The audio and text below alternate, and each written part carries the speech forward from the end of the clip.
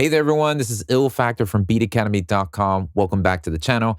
In this video, I want to share some music production tips and techniques while recreating the beat in The Weeknd's Take My Breath. So let me show you what it sounds like when it's all said and done.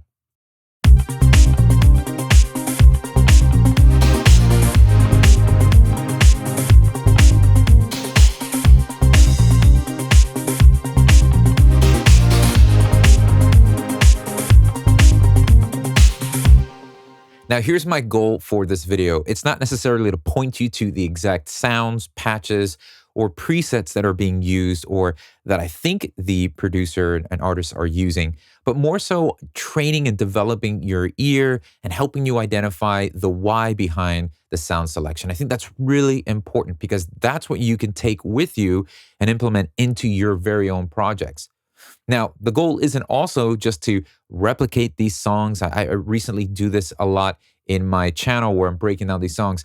And it can almost feel like, okay, what do I learn from copying all these songs? Well, what you learn are the techniques to capturing the type of textures of sounds that you like, that you find interesting from other songs, but yet now know how to put your own fingerprint on them and make them your own in your projects. That's the goal for this video and all the videos that are on this channel. So if you haven't already, subscribe. Be sure to check out any of the videos. And for more further in-depth and mentoring and helping you take your next step with your music production, you definitely want to visit beatacademy.com and take advantage of all the resources that I have available for you there. All right, so back to the drums. So definitely disco, authentic disco vibe, everything down from the texture to the groove. So where I go to is, well, if it ain't broke, don't fix it. Let me see if I can find a disco loop, something that has that rhythm, the texture that I'm looking for. And luckily on my hard drive from the years and years of producing, I have stashed away a bunch of records and breakbeats that I can go through. So I start digging through a couple of them and I find a loop that I like using.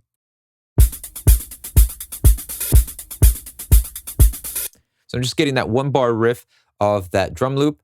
And what I want to do is, as you can see here, that the right side, the right signal is a bit louder than the left, and the hi-hat is a bit more predominant there. So I'm going to be using the ABleton Live utility plugin and just focus on the right channel here. That's going to change that into a mono signal by just focusing on the right channel.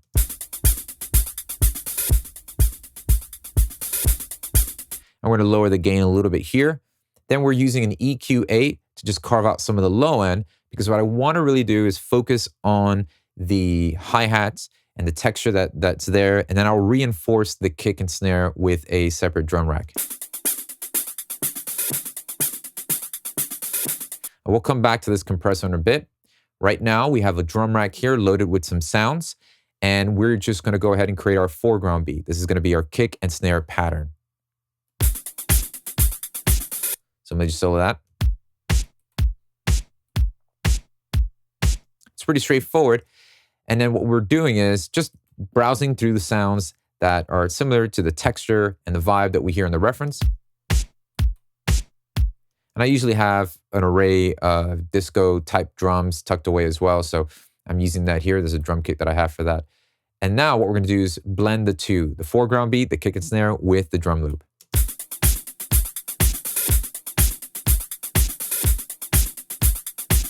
Now, one thing I want to do, and a really quick, easy way to add some grit and texture to drum breaks or drums in general, is by actually pitching them down. So I'm going to go to the transpose knob here, and let's just try a couple semitones. So we'll go 2 semitones down. And I'm going to shorten the decay of that drum break by heading over onto the beats mode and go to preserve transients and make sure that I'm selecting forward, and then lowering the number value.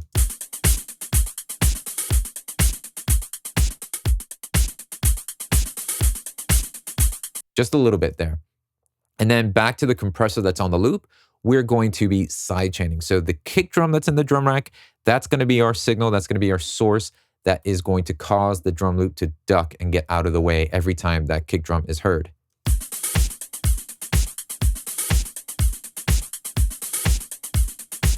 And the reason for that is it's going to reemphasize the groove. and it just kind of gives more spotlight to my kick drum that's over here.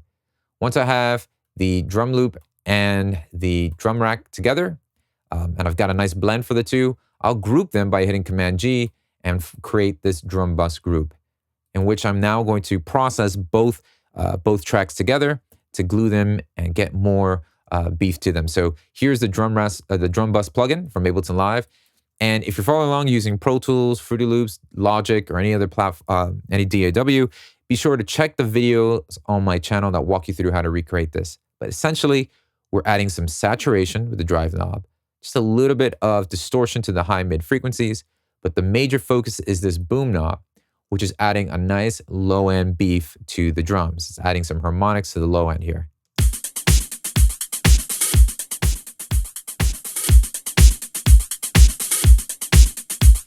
And then the transient knob here is great. So if you want that kick and snare to be more evident and a lot more choppy, you would crank the transient knob to the left. You want it to have more sustain, move it over to the right. Essentially, that's going to highlight more of the drum loop and the drum break. So we can possibly just go back in here, raise the number value here up a little bit, and control more or less how short and punchy we want the drums with the transient knob.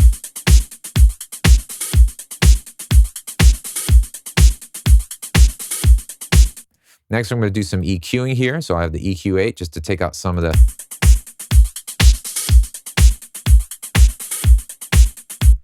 And I'm going to be using the Excellent Audio's RC20, but just using a little bit of this.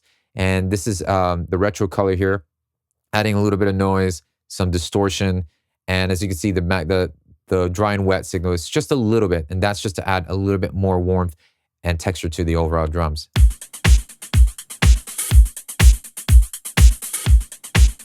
I mean, technically, I could probably use this EQ to warm this up too.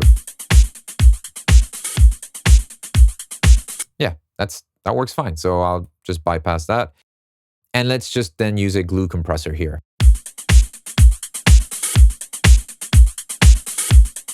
What I'm looking for with the glue compressor is just to kind of balance the level with the loop and the kick and snare, kind of sandwich them all together.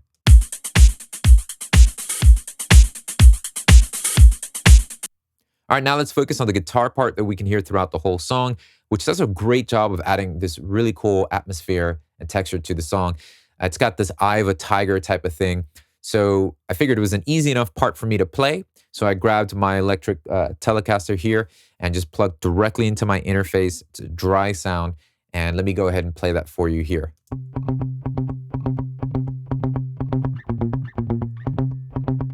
So that's just dry, straight from the guitar into the interface. And I'm going to add a little bit more grit by just adding some saturated here. And let's boost a little bit of that high mid and remove some of the low end. And then adding the echo plugin to add an 1/8 note delay. And then the reverb does a great job of putting it in some nice depth here. Now, a lot of the motion, so we've got some depth, we've got some delay and depth here, but now we want to create that motion, that movement sonically that we hear with the guitar. And for that, I'm going to use one of my favorite plugins to do that with, and that is the Meta Flanger here from Waves.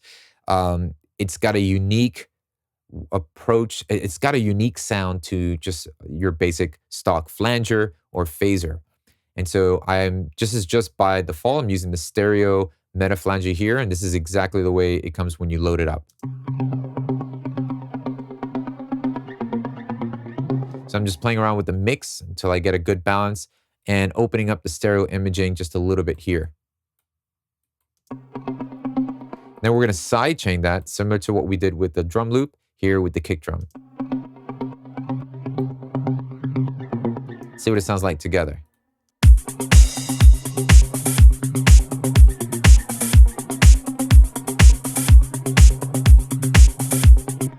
Now the snare drum, now that I'm listening to it, is a bit dry. So I want to wet that snare drum up. So we're going to go to our snare drum here, and I want to brighten it up with this EQ, and let's send that snare back. And reverb does a great job of sending some sounds back in the mix.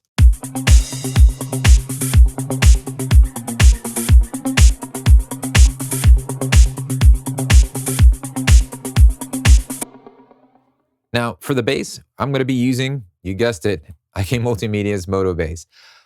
I mean, it's just great. And if it ain't broke, don't fix it. I love this plugin, does well. And there's so many other plugins that can accomplish the same thing. So if you got any great electric bass patches or plugins, feel free to use that as well. I'm going with the 60s P bass. And all I'm doing, the only adjustment I'm making is under the play style here, is I'm muting the bass line. See, by default, I don't know, it just sounds a bit too artificial. And then when I mute it, and I'm increasing the detached noise here so that it sticks out a little bit more. And it actually complements the guitar part a little bit. So here is the whole riff.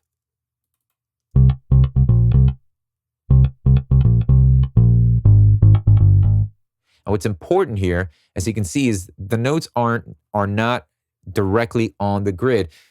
When you're playing, acoustic or electric bass patterns, you want to make sure that you're not rigid and robotic with your note placement. So it's really important that you're adding the swag and the groove and the overall vibe into the MIDI performance here. So I'm making sure that they're not way off, but they're not completely on. Right? So you want to make sure that when you're quantizing, that your quantizing settings is not set to 100%, but that you can set them somewhere around 48 or something like that. That will nudge it to the nearest 16th note, but yet doesn't, directly have it stiff sounding. So that's a key aspect there. Then the EQ8, we're going to cover up some of that low mid here and boost some more of the detached noise.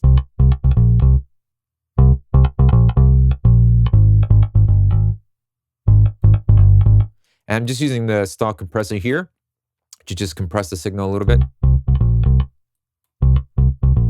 And then using the sidechain here, which we're going to go into our kit here and choose the kick drum for that.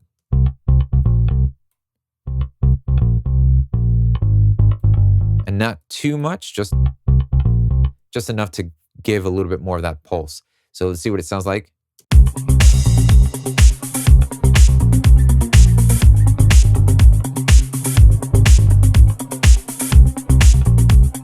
So you see how that increased detached noise really helps it stand out and almost kind of matches the same muted texture of the guitar. And now for the arpeggiated type synth that we can hear throughout the song, we're going to be using ABleton Live's analog. A 2 or more oscillator synth that you might have in your DAW would do just fine. And so it's bright, it's got a bit of shimmer to it, so immediately I'm going to go with our sawtooth waveform. That's the decision as to why we're going to start there, because it's got that bright, shimmery type of tone. So let's just solo this and take a listen to the pattern.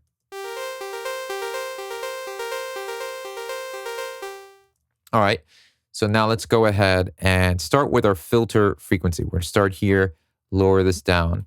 And what we want to do is maybe take this oscillator and put it an octave higher. And then have oscillator 2, the same original octave, and just detune that slightly. And that's going to cause it to give a really cool widened chorus effect.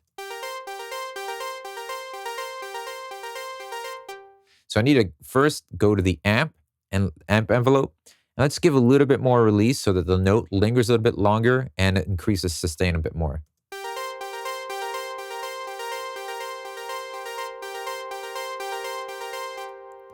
And I'm going to just give a little bit resonance.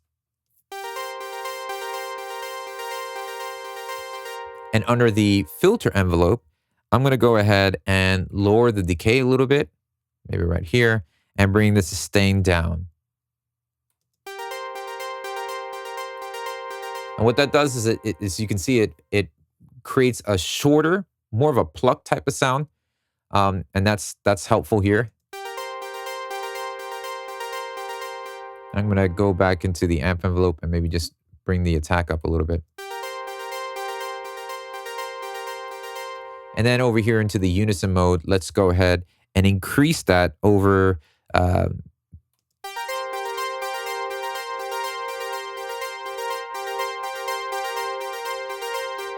That's a cool place to start from. Now let's go ahead and incorporate a little bit of chorus. So I'm going to go over here to the audio effects, and we're going to look for chorus, drag and drop that here.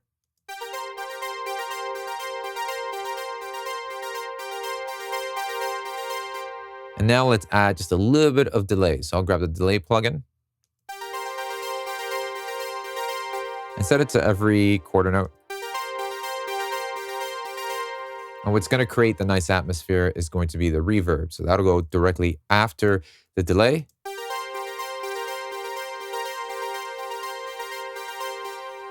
I'm going to go to my bass track, and we're just simply going to drag and drop by holding the Option key, that same sidechain compression, and put that right after the reverb.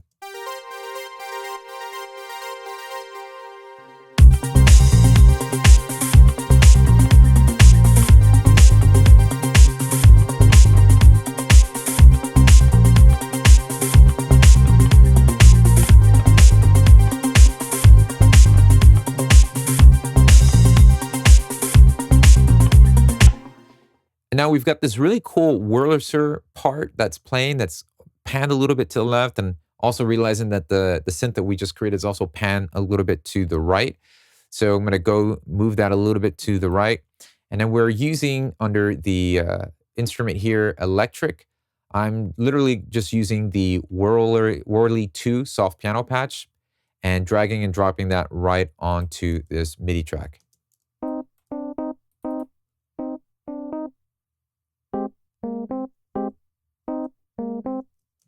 And that really complements the groove really well. So we'll put that with everything else.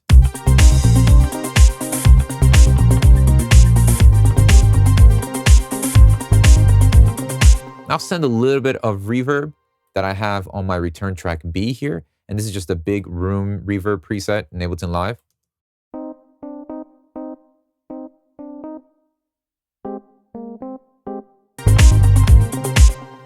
Now, during the chorus section, we have this really cool 80s type of synth that's happening. And so let's go ahead and focus on creating that. So I'm going to use ABleton Live's wavetable for that. And it's definitely, we're going to start with a sawtooth, right? It's got that brightness, that brassy type of feel to it. So head over here to oscillator 1, set that to a sawtooth, and let's check out the part. Solo that. So it's really bright. What we're going to need to do is soften that up. You can immediately head over to your filter cutoff or frequency cutoff here. Now let's layer that oscillator with oscillator 2. Same thing, sawtooth, but this is going to be a whole octave higher, so 12 semitones. And we're going to slightly detune this, just like we did with the analog. See how that creates that nice width there with that synth? And so we'll open this up, make it brighter. But now let's create some movement here. So let's assign envelope 2 to this frequency cutoff. Head over to the matrix, click the filter 1 frequency, and assign that to envelope 2. And let's go ahead back to envelope. And we can start with just changing these parameters, lowering the sustain a little bit. Maybe extending the decay.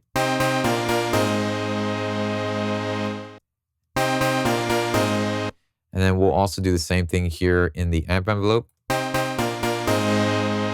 it's definitely not staccato. So we're going to leave the sustain up, maybe the attack a little bit, and then lower the filter frequency down. Then let's go ahead and add some unison here. We're going to classic, add some more voices. Yeah, that's really cool there. Let's head over to our effects. Let's add a little bit of delay.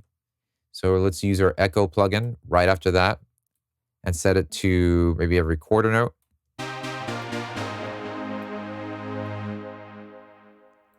And let's add some atmosphere and depth. Let's put our reverb right after that.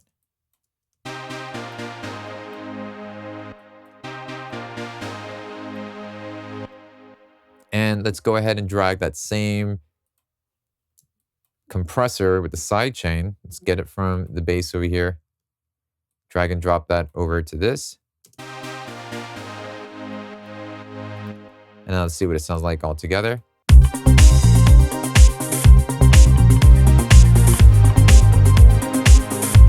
I need to brighten this up just a little bit. We'll do that now.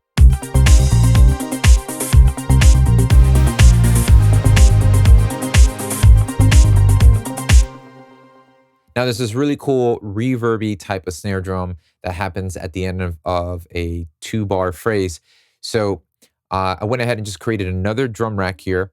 And if we've got this snare drum playing the same pattern.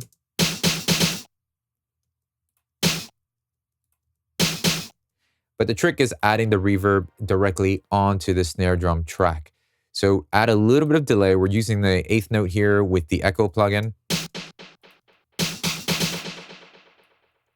And then a reverb right after that. Now adding a little bit of motion here, I'm using the ABleton Live flanger. As you can hear, the flanger is actually flanging the reverb tail, which adds a little bit of that motion in the ambience. And that's really cool. That's a really cool trick to do with reverb stuff like this. And since it's always moving, it's never going to be the same once it continues, looping and playing the same pattern. So that's something really cool there. So let's see what it sounds like with everything all together.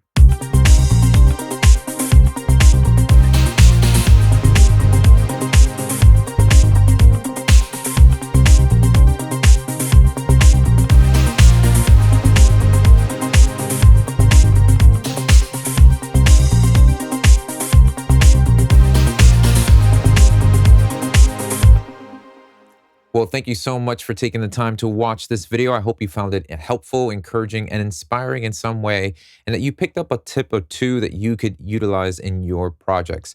And as my gift to you for watching, I'd love to send you a sample pack as well as this ABleton Live session so that you can follow along, rewatch the video, and implement these production tips in your projects. So you can access this by simply visiting beatacademy.com/pack or click the link below in the description box.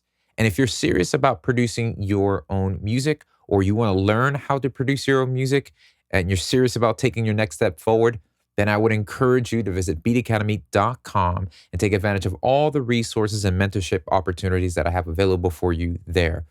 Looking forward to seeing you there. Subscribe, like the video, and I'll see you next time.